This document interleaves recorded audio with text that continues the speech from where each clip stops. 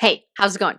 Today I'm giving a race recap for Disneyland Halloween Half Marathon Weekend 2025. So, at the time of recording this, I am a couple of days back from Halloween Half Marathon Weekend at Disneyland 2025. It's unfortunately the last one of this race for the foreseeable future. As you know, after Disneyland Half Marathon Weekend 2026, that's coming up in January, the end of January, beginning of February, these races are going on a hiatus. They are going to be doing Disneyland construction, and so the races are taking a back seat. So I'm not going to talk a whole lot about the logistics of these races, of this race in particular, because it could change if these races ever come back. I hope they do come back. We do know that Disneyland went on a hiatus in 2017 and they did come back in 2024. That was a 7-year hiatus. I have no idea how long this hiatus is going to be for this next group of races. Hopefully they will come back, and hopefully when they come back, they will be better than ever. So for those of you who don't know, I did the 5K, 10K, and half marathon at this race weekend. And let me tell you, it was so good. It was so good. I had so much fun. I got to meet so many runners just in general, but so many of you who listen to this podcast, who follow me on Instagram, who use my training plans.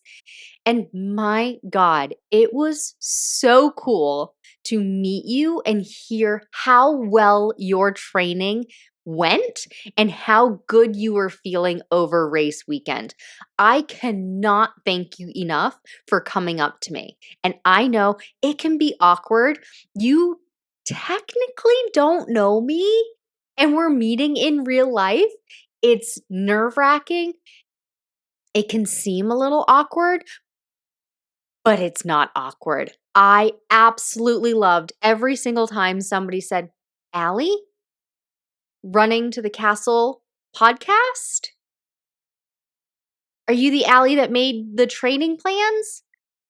Yes. It made my day. Thank you, thank you, thank you so much for coming up, introducing yourself. I do recognize your names. If you give me a little bit of context, somebody came up and I recognized the name and I said, "Oh, we've been emailing back and forth. Now I have a face to the name." It was so cool to be able to do that because in a previous life, I was seeing all of my clients or people who were using my training plans and workouts and things like that. I was seeing them in person. So I kind of knew them. But this time around, now the past couple of years, since like 2022, 2022 really, I've been doing the online thing. So I don't necessarily know you, whether you use a free training plan or work with me in Stronger, Faster, Finisher, or you're a one-on-one client. Yes, maybe we have some face-to-face interaction on the computer, but it's so different and it's so cool to be able to meet you in person. So thank you so much for coming up and saying hi. And if you saw me or didn't see me and didn't get a chance to say hi and you see me at a race in the future, please, please come up and say hi. I would love to meet you. Okay, let's get into the race weekend. So Disneyland, California. I live in Las Vegas, so it's like an hour flight from here to go from Vegas to LAX, and then another 45 minutes or whatever based on traffic to get down to Disneyland. So I stayed at the Grand Californian. It was so worth it. If you're ever wondering, oh my God, is it actually worth it? It was so worth it to be able to walk down and be right in downtown Disney. So worth it. Loved it. Loved every second of it. I did the 5K, the 10K, and the half marathon. So I came in on Thursday afternoon. Of course, my hotel is not ready yet. That's no problem. They took my bags, held on to them, and I went straight to the expo.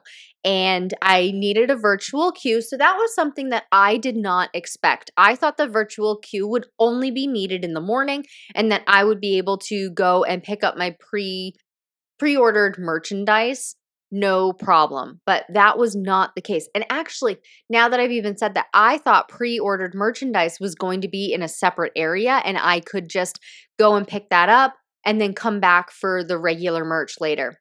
That was not the case. I needed a virtual queue to get into merchandise. I needed a virtual queue to get into the pre-ordered merchandise because they were in the same area. I decided to not even look at the Brooks shoes.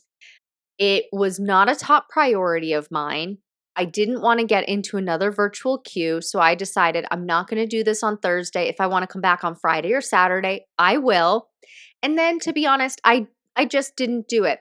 I think that the mini shoes are very cute, but I don't like red. I would rather have pink. If you've ever seen my ears, they are the pink polka dot mini, and that's the color that I would prefer. So I'm holding out to see if they ever do a pink polka dot mini or maybe just one of the other race weekend themes.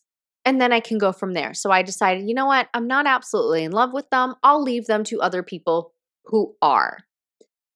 Halloween time in general, not my favorite. So I wasn't going to take the um, Halloween shoes. I did the Halloween race because of Pain and Panic. So that was really why I wanted to do this Disneyland race, was the Pain and Panic challenge. And then since I was already there for the 10K and the half marathon, I said, well, I'm already there. 5K is still open. Might as well join for the 5K. That was my exact thought process for signing up for these races. And then I was walking around downtown Disney. I was on the phone with one of my sisters and I was talking to her and I was like, people always ask me, which do I like better? Halloween Disney or Christmas Disney? And I never really had a response. And I was like, but I have a response right now. I'm walking around here right now thinking to myself, I wish this was Christmas. So I guess there you have it. I prefer Christmas Disney. But the weekend itself, the races themselves, I had so much fun. So Friday morning 5K, woke up at 2:45 in the morning because the race starts at 5. I did not want to be late. I would rather be early to the corral and waiting around in the corral than waiting in my room or worrying about having a long security line, getting to the starting line late after the race started, or what have you. So woke up 2:45 and I like a leisurely wake up. If you have listened to the podcast before, you know that part of my daily routine is I wake up in the morning, I go get my coffee, and I crawl back into bed and I drink my coffee over half an hour. I leisurely sip on my coffee. I do look at my phone, I scroll Instagram. That's fine. Royal feeds Levi. When Levi's done eating, he comes back for his post breakfast nap and joins me in bed, usually laying his head on the pillow, staring at me while I drink my coffee. So I feel like somebody's watching me because they are. And then he falls asleep again. So I like to recreate that when I travel, when I can. And I could this time. I was there alone. My husband Royal did not come with me, so I was there alone. So I got my 2:45 wake up all by myself. So I woke up, I bring an electric tea kettle. So I heated up some water, made some instant oatmeal. Oatmeal is a great pre-race meal for me. So that's what I had. I put a little protein powder in it, not because the protein powder itself is actually going to help me in my race. It's going to keep me fuller longer, but the carbs of the oatmeal is what helps me. And then I had a Coke. So 16.9 fluid ounces to get 54, I think it's 54, maybe 55 grams of carbs. And I slowly sipped on that. You might be thinking, Allie, how are you having that much carbonation before a race? I'm not. I made my Coke flat. I opened it the night before, I shook it up a little bit, made it go flat, put it back in the fridge to make it easier to drink in the morning. That way my belly was not full of bubbles, but I got all of the carbs. Now, in previous race weekends, before I knew as much as I know now about carb loading, I used to drink one of those Starbucks espresso shots, like the small can and it has like milk or whatever in it. I don't really know. I used to do those for the caffeine in the morning. And now knowing what I know, I opted for a Coke because of the amount of carbs that I can get first thing in the morning. Of course, it's more liquid, it's more fluid, but it's significantly more carbs. So I can use that as part of my carb load, pre-race carb load. Then I started getting ready. And you know what? I missed this whole thing. The night before, I set out everything. So even for the 5K, I was going to have some fuel because I was carb loading for the 10K and the half marathon. So even though it's quote unquote just a 5K, and I don't use that to diminish the 5K, but time wise, you technically don't need fuel during a 5K race. But because I was carb loading for the 10K and the half marathon, I did need to make sure that I was having carbs. So got my Nerds gummy clusters all organized and I just had everything organized the night before and was ready to go. Went in the elevator downstairs, and as soon as I stepped off the elevator, there were other runners who were getting ready to leave. So I just followed the pack.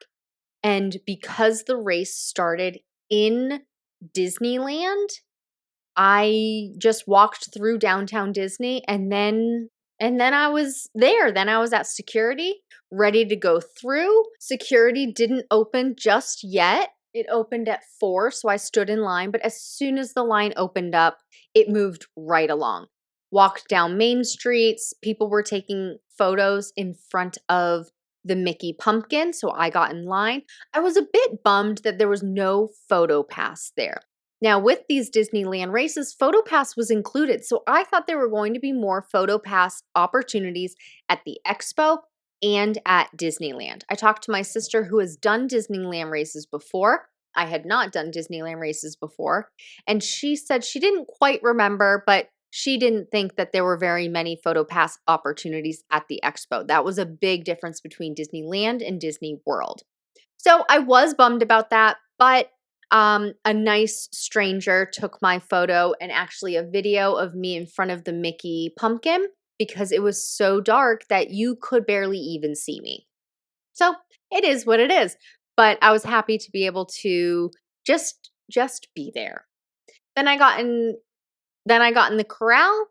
They had some great entertainment with the race announcers, with some singers.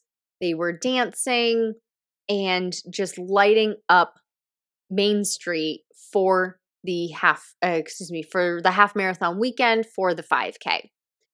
Then we got going and we were going. I decided that I was going to walk the 5K. I was in Corral C and I really wasn't too worried about where I was starting in the corral. So I just got in, and when I was told to move up, I moved up. Well, once I got started in the race, I realized, well, maybe I should have picked up the pace a little bit. I didn't want to exhaust my legs because I was also doing the 10K and the half marathon. But I did not get any photo pass opportunities because all of the lines were closed by the time I got to them. They had been shutting them down because of risk of being swept. Now, the 5K is not officially timed. You do have to keep making forward progress, but the Disneyland cast members and the quote unquote sweepers were keeping tabs on things. So they did close every single photo pass by the time I got there. So that was a bit of a bummer.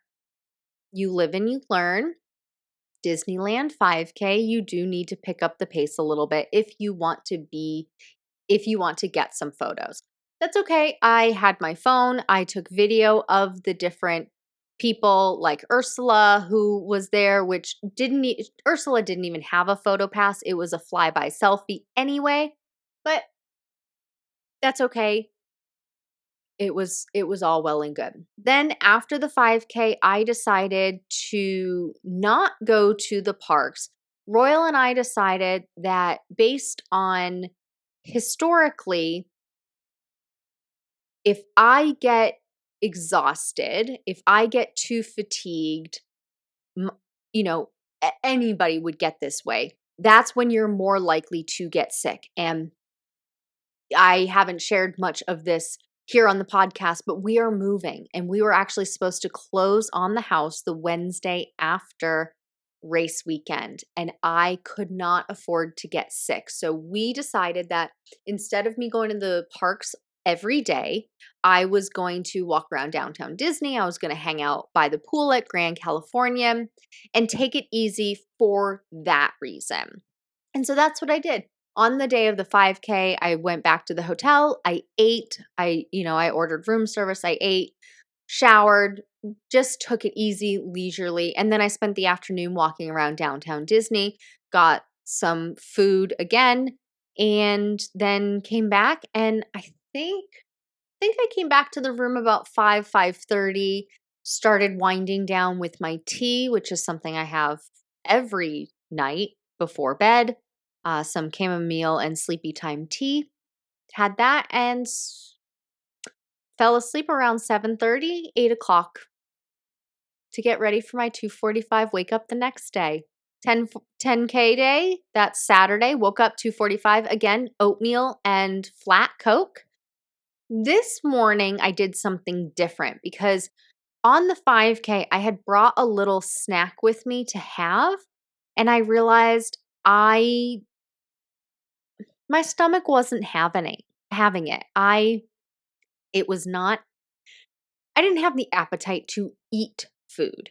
So I took some extra Powerade from the 5K and I actually brought I did not bring a 5K with me. I brought the Powerade with me to the 10K. So I did bring a snack, but I focused more on sipping on the Powerade to have some extra carbs before the race because that early in the morning, that much food, trying to put it in my system, my stomach just, it's not that it couldn't handle it. I just didn't want it. And when you don't want something, it's just really hard to get down. So I decided I'm just going to sip on the Powerade, and that was perfect for me. So that's what I did. And then I started the 10K and I did run the 10K. And I set my watch so that every half mile I would make a decision. Normally, I would do this on the mile, but I decided half mile because of what happened the day before with not getting PhotoPass.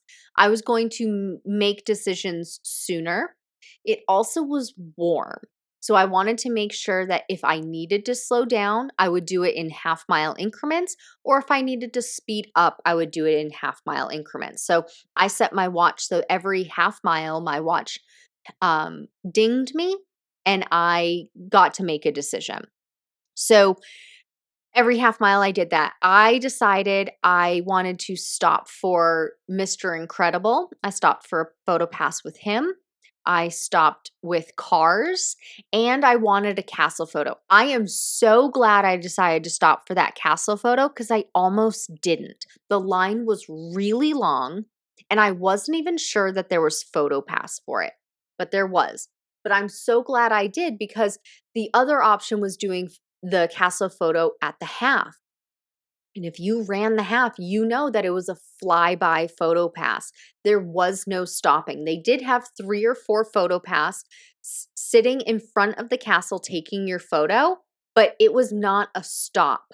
It was run and get your photo as you're running. So I'm so glad for the 10K that I did stop because it was a stop in front on the mark and they took your photo. So I got my castle photo. I was really happy about that.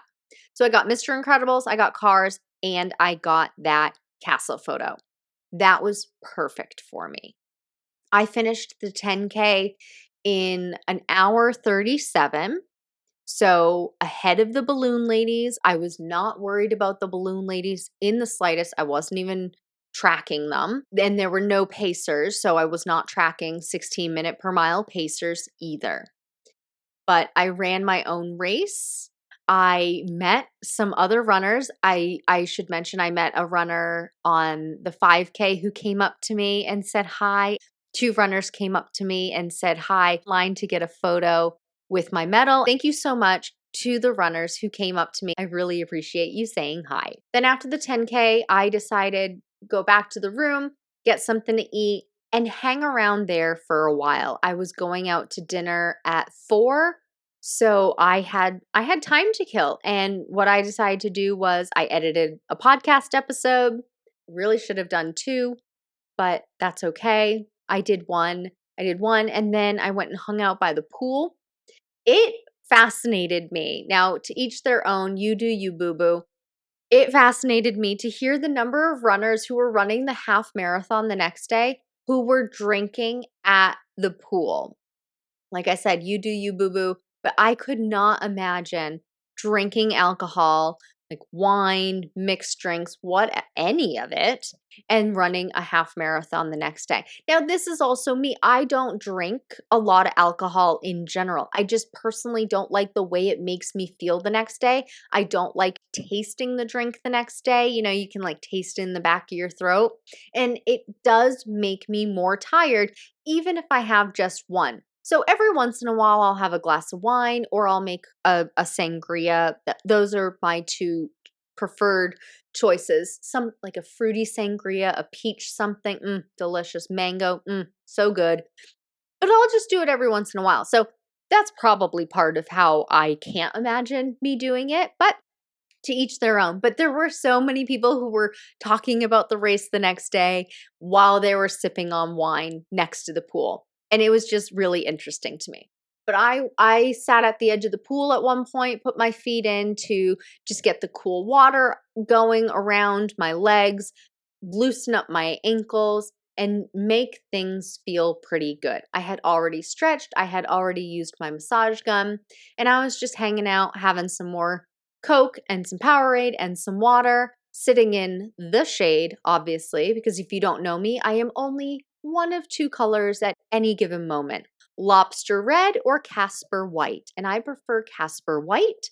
So I was in my SPF shirt with my hood, a hat, sunglasses, sunblock, covering my legs, and luckily I was in full shade from the umbrellas that they had at Grand California.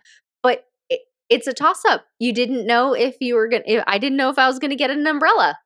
So I was prepared, and I'm so glad I was, because it could have been bad. And a sunburn is bad, but a sunburn before having to go and run a half marathon, that sounds miserable. So I made sure that didn't happen. Then I went out to dinner and I got to meet one of my clients in Stronger, Faster Finishers. She was so generous to invite me to dinner with her and her family. Now, I thought this was going to be like a 4 o'clock to 5 o'clock, done in an hour kind of thing. My goodness, friends, 3 hours. And I feel like we could have stayed there for 3 more had we not had to get up at 3 o'clock in the morning the next day for race day. We both needed to go to bed and rest up for the half marathon, but it was good food and it was good company. I had never been to that restaurant in downtown Disney before, and I didn't even tell her this, but I know you're listening. I got the long bao buns. Is that what they're called? The next day, I did takeout order and the cucumber salad because they were so good. So thank you, you and Bruce and Gray, for introducing those to me. Thank you, Amanda.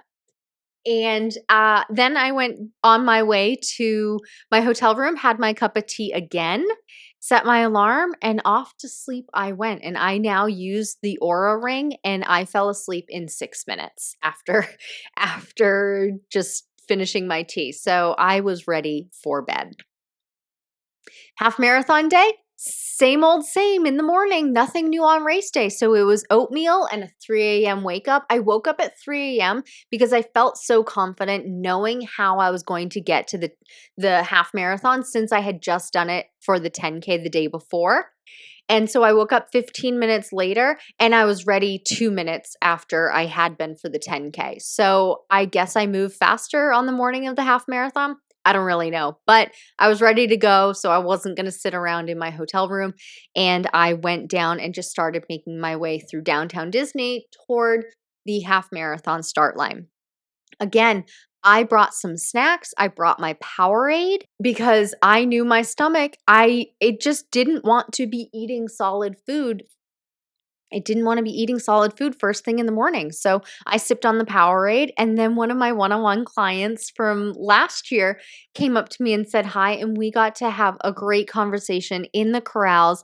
We happened to both be in Corral C, and it was perfect. It made the time fly by in the corral because during the 10K, I didn't really talk to anybody. I am actually an introvert. That is surprising to some of you because I have been told that that's surprising. But I don't just go up to people and start chatting and have a conversation, but I am very willing to have a conversation if you come up to me. So don't worry about bugging me. But it's just not in my nature to go up to somebody else and just start a conversation.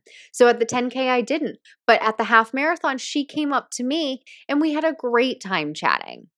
And then race started and off we went. And I had mentioned that, castle photo, got a castle photo at the half marathon, but it was a flyby. So I'm really glad that at the 10K, I got that standing castle photo. I also decided to wait in line for the Queen of Hearts, and that line went super quick. I think 2.5 minutes is all I waited. But based on the other characters that were out, Pain and Panic were out at the stage, but it was not a photo pass opportunity. So I went over and I took a video of them because everything's content, right? I took a video of them, but I did not wait in line to get a photo with them. I was good just getting the video. I am bummed that there was no photo pass. And looking back, there was no photo pass for any of the characters that were themes. So that was a bit of a bummer. Half marathon went great. My legs were a little tired from the day before, but totally manageable because of the way I had trained with back-to-back days. I knew what my legs were feeling like. And at the beginning of the race announcers had said that the pacers were going to be going slower because of the heat. And they advised everybody go slower too. So my plan had been to aim for an 11:30 to 12:15 running pace. And I said, you know what? I don't even care. I'm going to take it slow. It's not worth it to me to have heat sickness, to be exhausted, or anything like that. So I decided I'm going to, again, every half mile, I'm going to check in with myself. Do I need to speed up? Should I slow down? So I had that haptic alert every half mile. And that was really helpful for me because then I could make a decision. And I never felt like I needed to speed up. I was not actively tracking Balloon Ladies or the 16-minute per mile pacers. I did have the 16-minute per mile pacers in my tracking queue, on the tracker that RunDisney gives you. You can put things in there. I did have them in there in case I wanted to track them, but I never needed to look. Overall, I finished in 3 hours and 4 minutes. That came out to be about a 13:30 on my watch average, but I ran 13.43 miles. So I ran over a half marathon just based on the way I was traversing the course. If you are unaware, The course is made so that if you took the shortest route possible, you would still run 13.1 miles. So I did not take the shortest route possible. So I did run a little bit more, and that's okay. I got the photo. I mentioned the Queen of Hearts and the flyby castle photo, and then, of course, other photos along the way when I'm running. And that was perfect. The support on the Anaheim streets from, mile 7 onward, because that's where we were on the street, it was so good. Multiple DJs, lots of locals there supporting, yelling, cowbells, megaphones, handing out candy, water, not Gatorade, Powerade. I feel like it was so well supported. I did not appreciate the downhill up or the uphill downhill at mile 9 or so, 8.5, 9, and then that same uphill on mile like 11 or 12. Did not appreciate that, but because I trained it, I knew hills would be part of it. I was ready for it. I decided to walk both of those because of just conserving energy and not feeling overly exhausted, because I know how my quads feel with hills, quads, hamstrings feel with hills. And I said, you know what? I can walk this. And so I did that. That was a decision I decided to make. I was able to do 2 bathroom stops with my pacing and didn't have a worry in the world about the balloon ladies. Now, I know that not everybody feels that way when they're running. And I can appreciate that. It is very worrisome when you start at the back of the corrals, when training hasn't gone according to plan, or you just don't feel ready. I happened to be in the space that I felt ready, and I happened to get a pretty good corral. I was in C. I was not at the front of C, somewhere in the middle, but I knew with my training under my belt, I felt confident that I could finish ahead of the balloon ladies. And for me personally, perseverating on where are the balloon ladies gives me more anxiety, and that would have made me worse off. So I made the mental note, let's not think about that during the race. Can I answer this question of, have I done everything in my power to make it so that I finish ahead of them? Yes or no? And that includes training and race day prep. So that's the actual training that I do. That's the pre-carb loading I'm doing, and that is the race day strategy I have put out there for myself. Now, the race day strategy for me was to start off somewhat slow and progressively get faster. That was the original strategy. That was the original plan. But with the heat, the plan had to change. And so every half mile, I checked in with myself. How am I feeling? Am I feeling like I can keep going at this rate? Or do I need to slow down? Or can I speed up? And I checked in with myself. It was not a long check in. It was, okay, another half mile done. How am I doing? And most of the time, I just stayed the course. I just stayed steady. I did make sure that my water bottle was always full with Scratch and Liquid IV. And at every single water station, whether I felt like I needed it or not, I took in fluids. I took Powerade when it was offered, and I took water when it was offered to make sure I was staying hydrated and fueled. And I had my Nerd Gummy clusters in my pocket, and I took a handful every mile. So you may be thinking, oh, that's a lot of fueling. That's really often. But by taking little bits more often, I didn't overwhelm my stomach.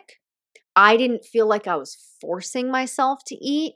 I just took a handful every mile, and then in the middle chunks of the run, so pretty much when we were on Anaheim streets, mile 7, 8, and 9, I made sure at any of the water stations, I also took a handful of Nerds gummy clusters then. I did not want to fall behind. It is extremely dangerous to fall behind in fueling and hydration on a good day. It's extremely dangerous to fall behind on a hot day. And I was not willing to risk it. And it paid off because I felt great the entire run and afterward.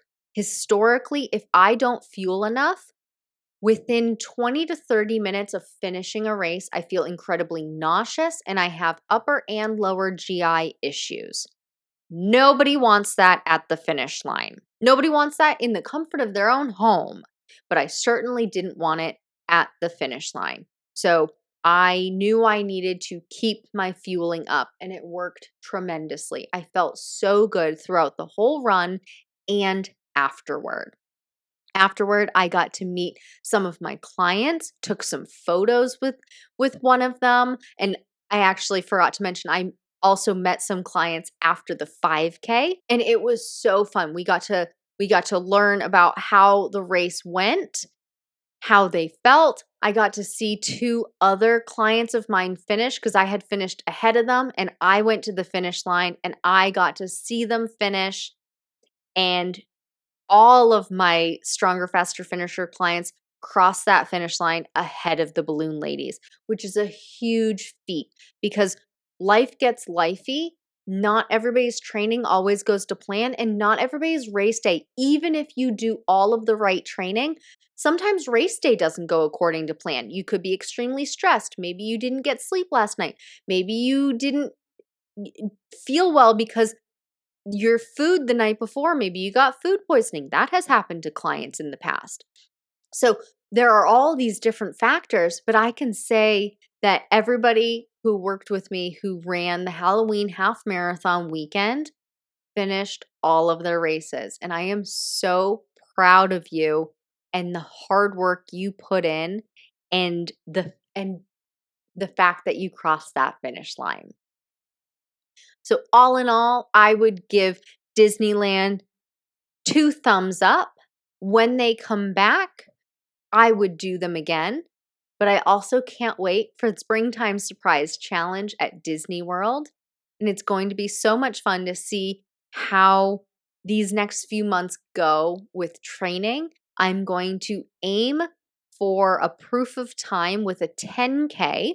So now we know that proof of time will only make me eligible for proof of time for 10 miler and half marathon. But I'm going to spend the next couple of months before challenge training starts in January. I'm going to spend the next couple of months to build up some speed because, as you know, I don't train my clients with things that are unknown to me.